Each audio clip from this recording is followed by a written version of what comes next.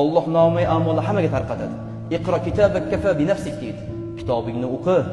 O'qi kitobingni, o'qiganing senga kifoya qiladi. O'zingni o'zing jannati yoki jahannamiy ekanini o'zi bilasan deydi Alloh. Hamma qaraydi. Yawma yanzur, tikilib yanzur. Ya'ni kutib qaraydi. Intizor bo'lib ketdik deyiladi-ku. Alloh aytayapti, o'sha kuni qaraysiz. Ma qaddamat yada. Qo'lingiz olib kelgan hamma narsaga qaraysiz. Gunohlarga, o'qilmagan namozlarga, yeyilgan haqlarga, ozorlarga, sitamlarga, zulmlarga hammasiga qaraysizda, siz shuncha 60 yillik hayotim abadiy jahannamga arzirmidi ya? Afsus deydi-da.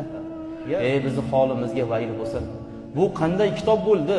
Birorta amal qoldirmay hammasini yozib qo'yibdi-ya.